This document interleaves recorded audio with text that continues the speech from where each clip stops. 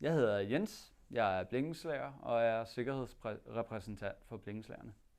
Vi har i dag været til møde i arbejdsmiljøudvalget, og vi har holdt det sidste møde for i år, hvor vi har lavet en opsamling på året, der er gået. Mødet har været super godt.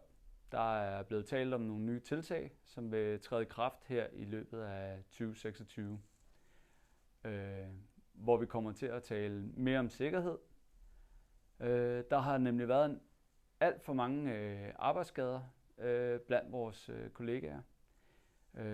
Vi er oppe på 13 i år, hvor halvdelen af dem desværre har været blandt vores lærlinge. Derfor vil der være nogle nye tiltag i 2026.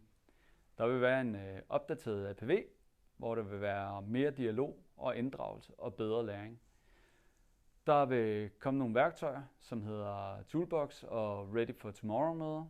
Det er en slags mini-APV, så vi får tænkt opgaverne igennem og forebygget risici, før arbejdet går i gang. Så vil der være en styrket onboarding, hvor nye kollegaer vil blive bedre klædt på til vores arbejdsmetoder og vores sikkerhedskultur. Der vil være mere synlighed på byggepladserne her i de mørke vinterperioder. Og som alle ved, så har der været rigtig meget fokus på støv.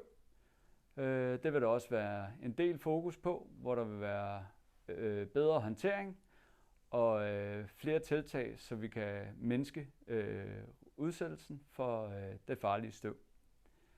Så vil der også være en ny stillads-checkliste, hvor det skulle sikre en korrekt opsætning.